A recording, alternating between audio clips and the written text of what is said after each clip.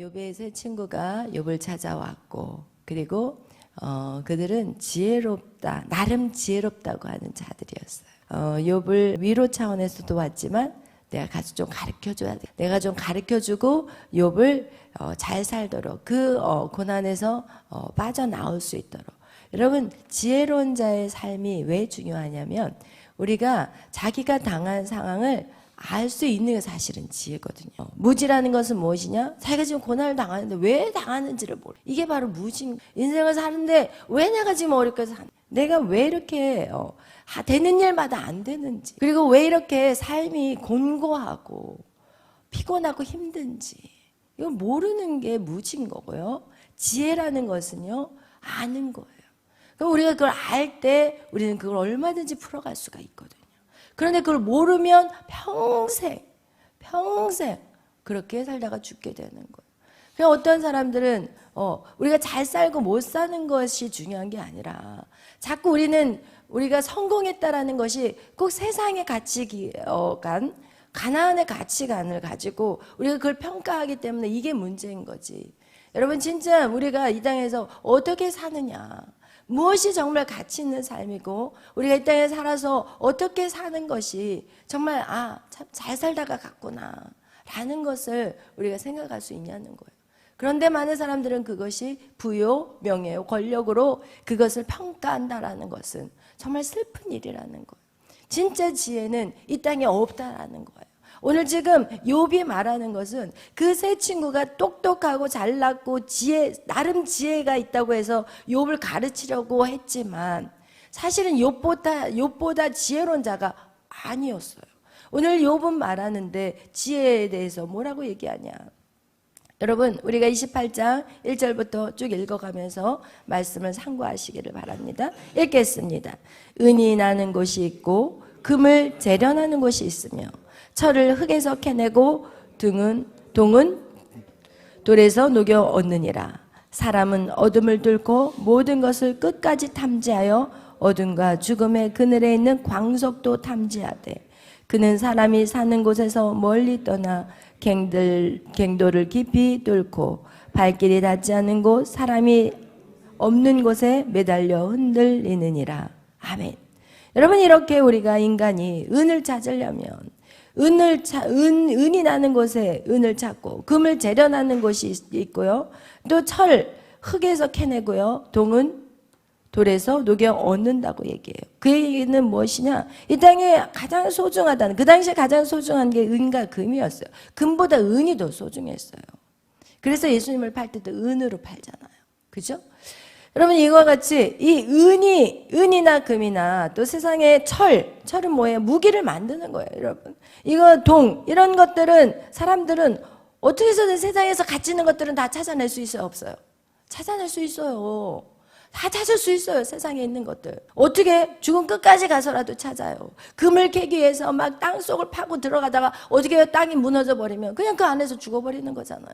여러분, 그렇게 죽음까지 쫓아가면서 사람이 없는 곳에 매달려 있는 그것까지 그냥 그냥 절벽에서 뭐 하나 있는 갖고 있는, 이거 대단하다는 것은 어떻게 해서든 인간이 다 찾아낼 수가 있어요. 금, 은, 동도 아닌 그 버섯, 아니 산뿌리 같은 거를 뽑기 위해서 막 죽음을 불사하고 매달려가지고 그걸 채취하잖아요. 여러분, 그렇게 세상에 가치가 있다라는 것은 다 인간의 힘으로 할 수 있다 없다? 있다라고 말하고 있어요. 또 읽겠습니다. 5절. 음식은 땅으로부터 나오나 그 밑은 불처럼 변하였다. 그 돌에는 청옥이 있고 사금도 있으며 그 길은 솔기도 알지 못하고 매 눈도 보지 못하며 용맹스러운 짐승도 밟지 못하였고 사나운 사자도 그리로 지나가지 못하였느니라. 사람이 굳은 바위에 손을 대고 산을 뿌리까지 뒤엎으며 반석에 수로를 터서 각종 보물을 눈으로 발견하고 누수를 막아 스며나가지 않게 하고 감추어졌던 있던 것을 밝은 대로 끌어내느니라.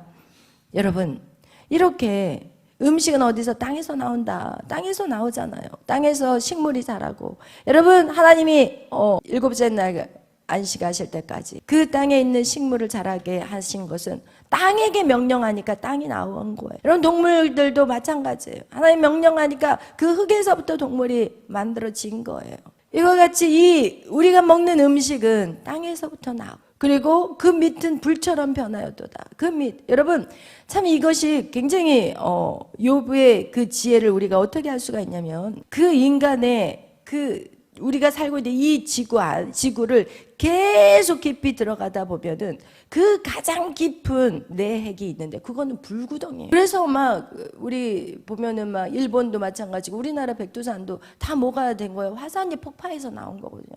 지구의 가장 깊은 핵은 무엇이냐? 불이에요. 엄청난. 그게 한 3,000도에서 6,000도까지래요. 그 불이. 그런데 지금 이 욥은 그거를 어떻게 할 수 있냐고요.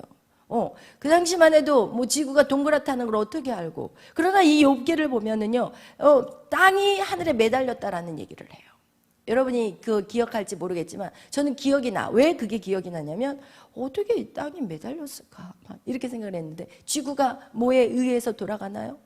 지구가 그냥 하늘에 걸려 있는 거예요. 여러분 그것을 욥은 표현하고 있다라는 거예요. 그럼 욥의 지혜는요 엄청난 거예요.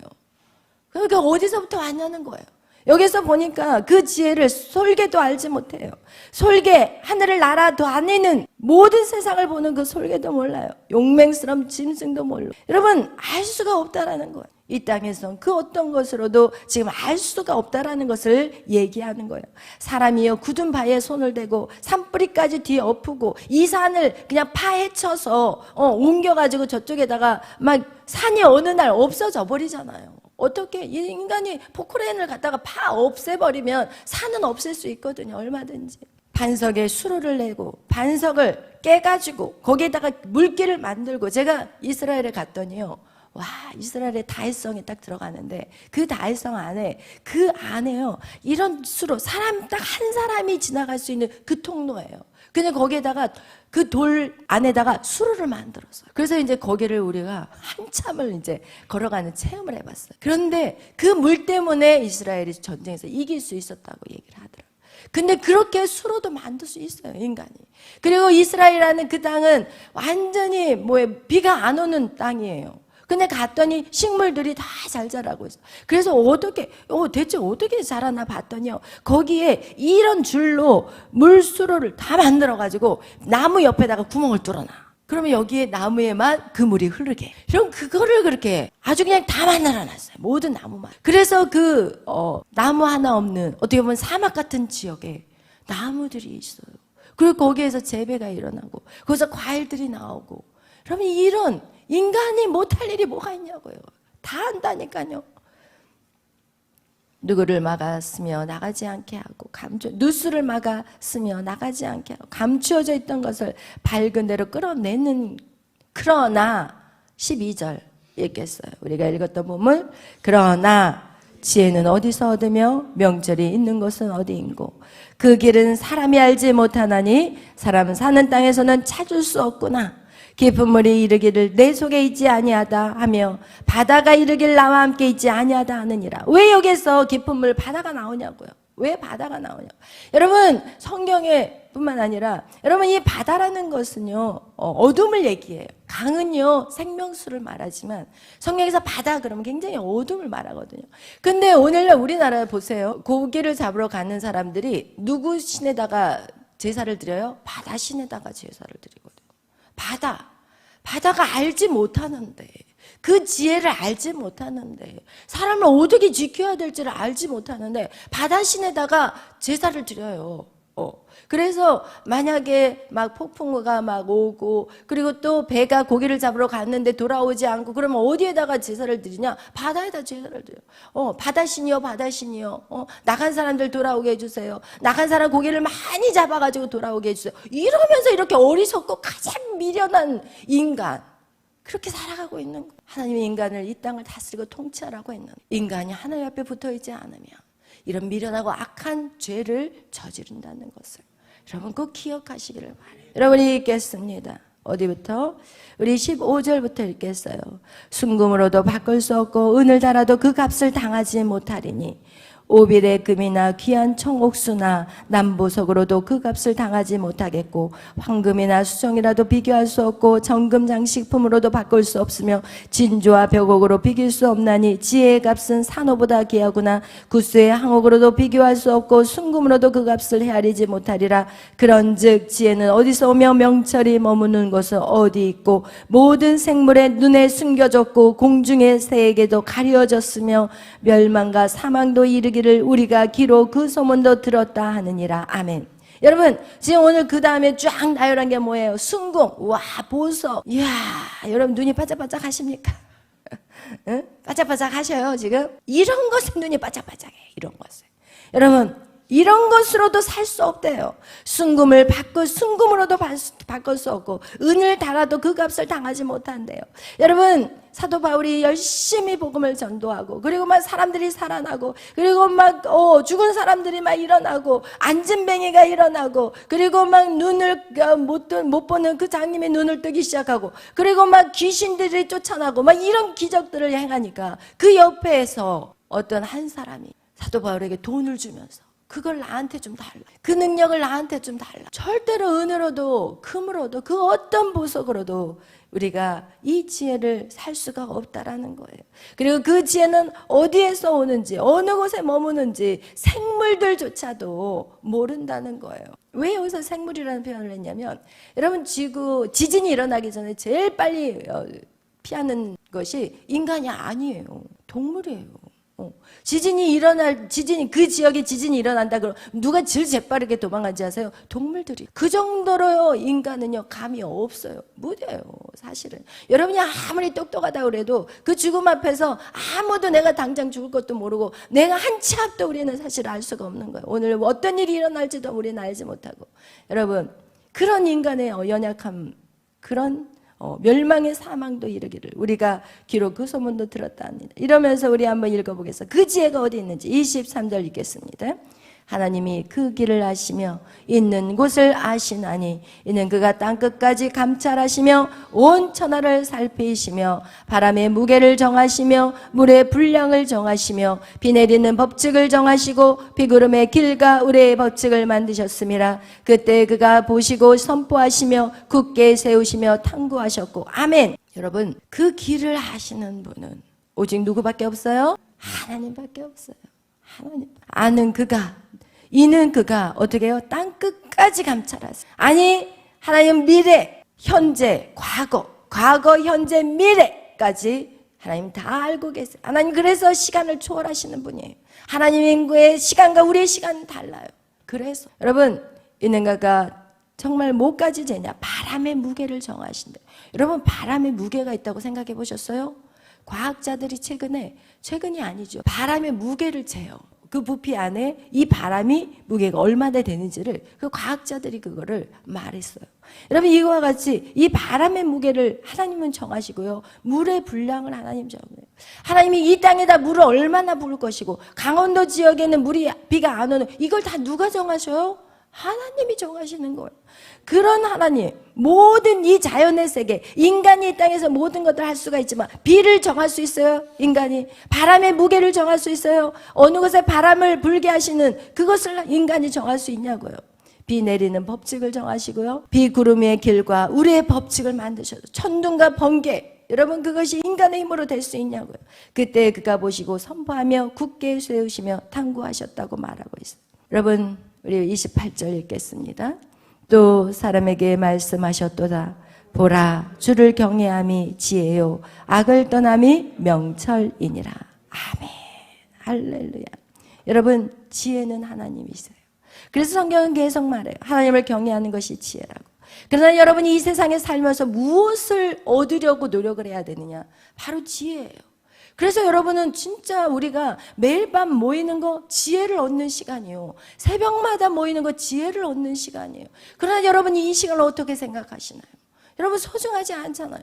그러니까 대충 생각하고 누가 가서 앉아있으라니까 앉아있고 그냥 억지로 끌려 나오고 이 지혜의 시간에 여러분 세상에 어떻게 이 지혜를 알 수 있겠어요? 세상이 지혜를 알았다면 예수를 십자가에 못 박지 않았었다고 성경 고린도전서 1장은 말해요. 여러분 우리는 그 지혜를 얻었기 때문에 예수님을 어떻게 소중. 예수님의 말씀대로 살려고 노력. 여러분, 예수님의 말씀대로 사는 게 지혜라는 거. 이스라엘의 탈무드 책에 보면 이스라엘 사람들이 이곳에서 이제 다른 새로운 곳으로 이제는 새로운 땅에 우리가 개척을 하고 그곳에서 좀 부를 이루어 보자. 이러면서 이제 배에 유태인들이 승선을 해요. 새 지역에 가서 사업을 시작하려면 뭐가 있어야 돼요? 돈이 있어야 되는 거예요. 그러니까 자기의 모든 재산들을 다 팔아가지고 정리해서 그걸로 금을 사고 은을 사고 세상 사람들이 말하는 그 진귀한 것들을 다 배에다 실어요. 다 배에다 실어가지고 그냥 아주 그냥 막 엄청난 양들을 이제 싣고 가는데 어떤 한 사람은 그 몸만 올라가는 거예요. 몸만 올라가. 아무것도 안 갖고. 그러니까 이제 사람들이 궁금한 거예요. 아니, 당신은 새로운 지역에 갈 건데 왜 아무것도 없이 맨몸으로 가십니까? 라고 물어봤어요. 그런데 그 사람이 나에게는 가장 귀한 게 있습니다. 이러면서 그 사람이 이제 그러고는 이제 시간이 지나서 배를 타고 이제 항해를 하는데 갑자기 이 항해에 이제 막 난리가 난 거예요. 비바람이 몰아치고 막 창수가 나고 막 이러니까 이제 사람들이 어떻게 하겠어요? 자기 목숨 구하려고 배를 어떻게 해야 될까요? 가볍게 해야 돼. 가볍게 안 하면 이 배는 어떻게 되겠어요? 다 같이 죽게 돼. 그러니까 이 배에다가 모든 전 재산을 다 싣고 가는데 지금 막 바람이 치고 막 난리가 나니까 목숨이라도 살려야 되잖아요. 그러니까 어떻게 하겠어? 그 배에 있는 것들 눈물을 흘리면서 하나씩 버려. 눈물을 흘리면서 자기의 전 재산을 하나씩 다 털어서 이제는 배가 텅텅 비어버렸어. 그리고 나서 그 배는 이제 새로운 대륙에 착륙을 했어. 그리고 나서 얼마 있다가 다른 사람들은 다 거지가 된 거야. 그런데 자기 몸 하나 싣고 탄 그 사람은 보니까 그 사람은 벌써 사람들을 모아놓고 가르치기 시작하고 그리고 나서 점점 그의 범위들이 커지고 그래서 사람들이 거기서 무엇을 알게 되었느냐? 바로 그 사람에게 뭐가 있었어요? 지혜가 있어요. 여러분, 그래서 우리는 그 지혜를 얻는 것이 천하를 얻는 거예요. 아멘. 여러분, 그것을 지혜를 얻는 자는요 이제는 두려움이 없어요. 왜? 그 사람 안에 모든 것이 다 장착되어요. 아멘. 그것을 여러분 오늘도 여러분이 만들어가고 세워가야 되는데 그것이 어디 안에서 하나님을 경외하는 것에서부터 시작이 돼요. 오늘 다시 우리 28절 읽겠습니다.